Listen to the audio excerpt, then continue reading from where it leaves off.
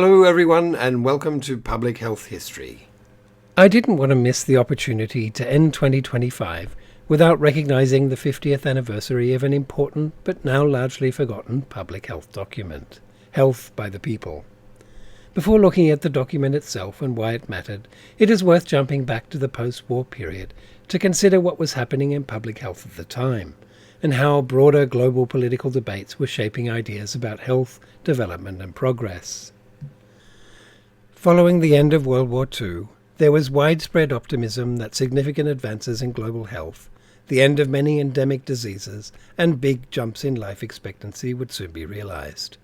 The World Health Organization was one of the first specialized UN bodies to be established, with the goal of the attainment by all peoples of the highest possible level of health. Around the world, antibiotics were coming into widespread use. Disease surveillance systems were becoming more reliable, and mass vaccination programs were underway. Smallpox was close to being eliminated. Many countries in Asia and Africa were also emerging from colonial rule, and were anxious to demonstrate their modern state credentials while playing into Cold War development rivalries. They were thus keen to invest in Western biomedical health systems and services, often prioritizing the construction of new hospitals in major urban centers. However, just 20 years later, it was becoming apparent that a significant portion of the world's population was missing out on these benefits. In what was referred to as the Third World at the time, most of the expected health gains remained a distant goal. Child and maternal mortality remained stubbornly high, and people were still dying from preventable diseases in huge numbers. It was not simply that new methods were ineffective, but many people were unable to access them because of lack of education, poverty, distance, cost, or a combination of these and other factors. The inequitable distribution of resources and trained health workers outside of the cities also contributed. The places where the sickest people were the ones where treatment was most inaccessible. These circumstances led many people to question whether the goals of improving health could be achieved through prevailing methods. For example, in Man Adapting, published in 1965, René Dubos argued that medical care alone cannot create health, because people live within their physical, social, and environmental conditions that shape their well-being. For many engaged in projects to improve health at the time, this perspective raised questions about the limits of the traditional medical model. The post-war, top-down, expert-driven health systems were increasingly seen as failing to meet the needs of many communities, particularly rural and lower socioeconomic populations in developing countries. The WHO and other agencies therefore began to explore alternative health systems. Edited by Kenneth Newell and published in 1975, Health by the People captured this emerging shift in global health thinking in the years leading up to the International Conference on Primary Health Care at Alma-Ata in 1978. It is worth taking a quick look at Kenneth Newell, who, as editor, was a major influence on its development, and whose own experiences mirrored the progressive transitions of ideas on healthcare. The sources on Newell's early life are pretty sparse, and I've found only a single publicly available photo, but a brief biography and analysis of his work by Socrates Litzios, who worked with him at the WHO, was published in Social Medicine in 2021. There's also a memorial page on the Liverpool School of Tropical Medicine website. We are fortunate to have several of his other publications, in addition to Health by the People. Newell was born in India and began his career as a medical officer at the Te Araroa Maori region of New Zealand, in a remote community. From the place he worked, it was more than 100 miles to the nearest hospital, accessible only by rough secondary roads. Litzios reports that he had come from a medical school which had taught him how to treat people in the hospital, to explain to them their responsibility for the registration of births and deaths, for clean food and water, and for childhood immunization in urban situations. But Litzios argues that what was omitted from his medical training was his role as a health worker. While Newell quickly came to know the families of the policeman, the schoolmaster, the hotel keeper, the owner of the village store, and some of the large-scale farmers, hardly another person knocked on his door. Babies were being born unassisted by him, and some of them died. Children and adults were dying too, but none of them were his patients or people that he had ever seen. When Newell later sought further medical training in the UK, it was said that the local Maori community sold some of their cattle to support his move.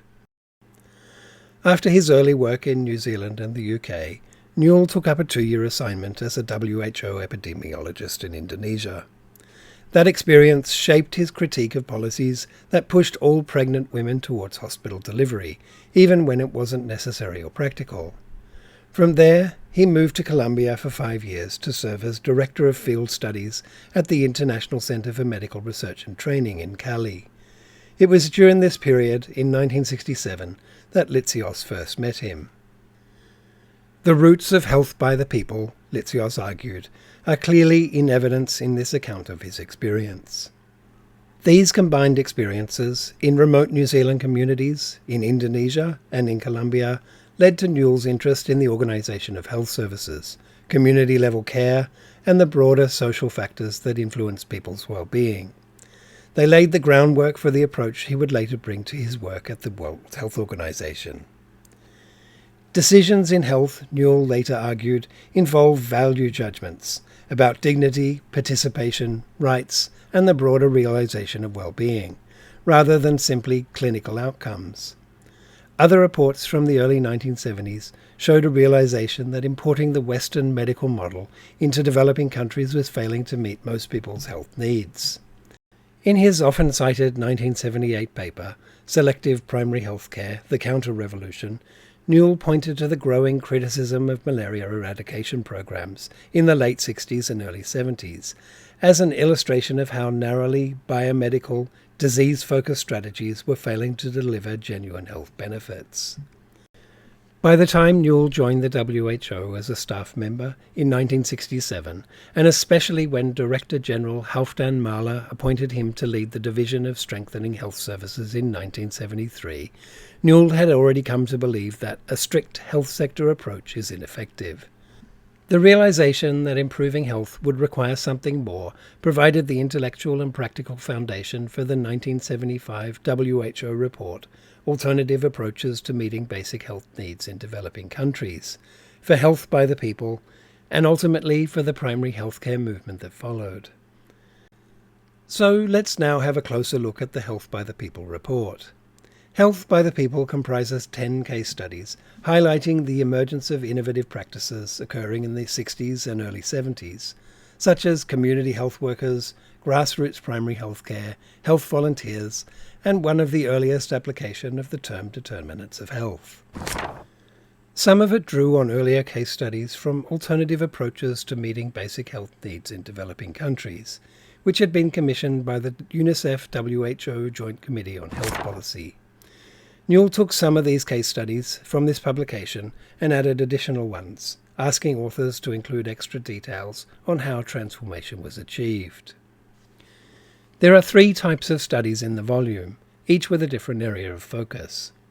The first group describes national-level change, focusing on the transformative and grassroots health movements taking place at the time in China, Cuba, and Tanzania. In China, the Barefoot Doctors movement was delivering basic health services for free or at low cost in village communities that had never previously had access to health services. The second group looked at extensions to the existing system, focusing on Iran, Niger, and Venezuela, while the final group explored local community development in Guatemala, India, and Indonesia.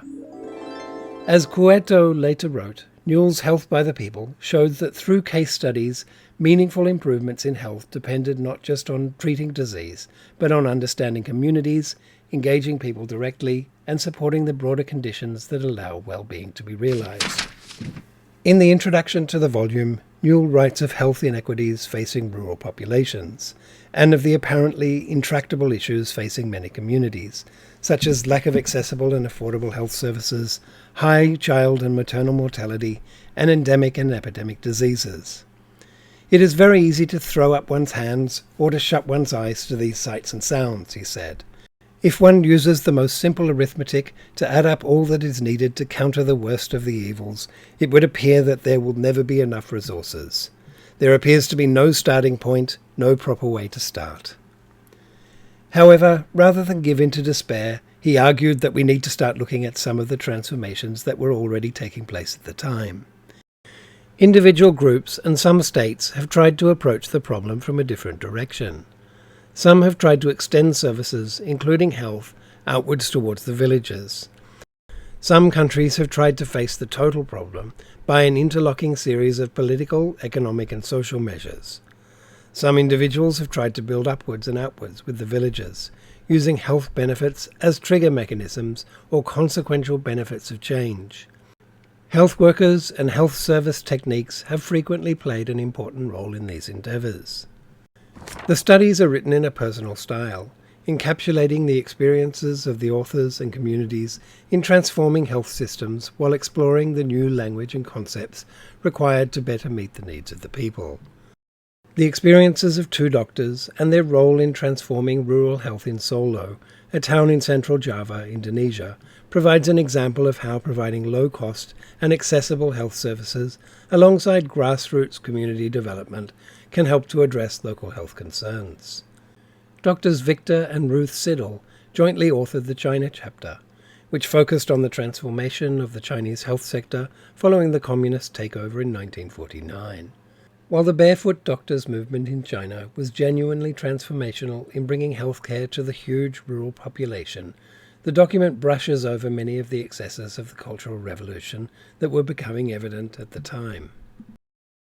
It is likely that the visits by health workers were carefully stage-managed by the Chinese regime, at the very time that the reopening of China to the West was occurring. This was part of China's attempts to re-engage with the world community from the 1960s.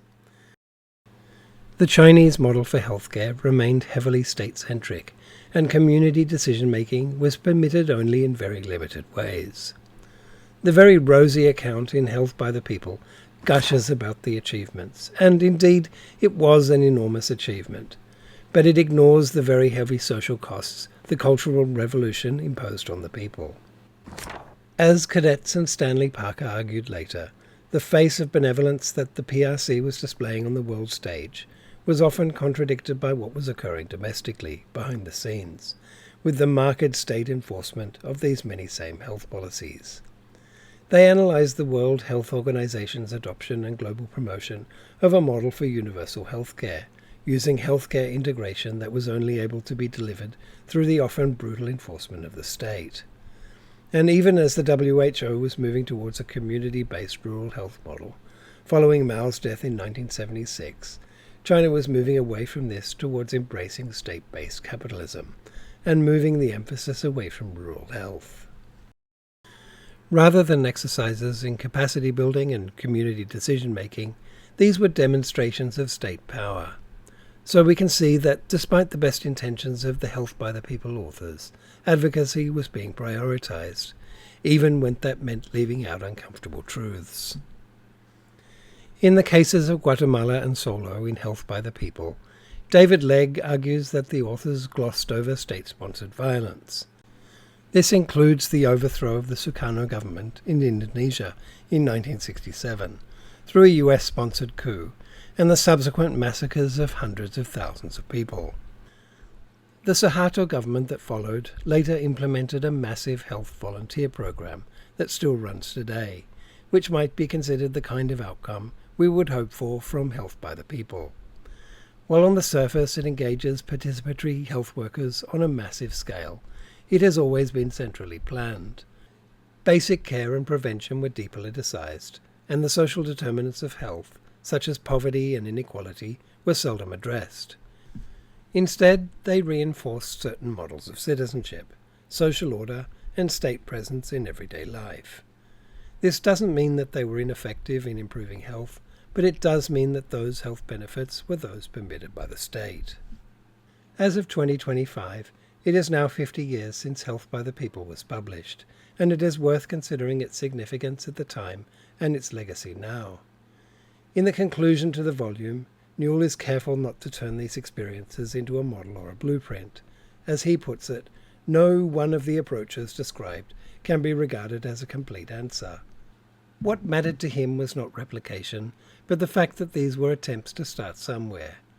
Taken together, the case studies show that change was already possible, even under difficult conditions, when people worked within the realities they faced, rather than waiting for a perfect plan.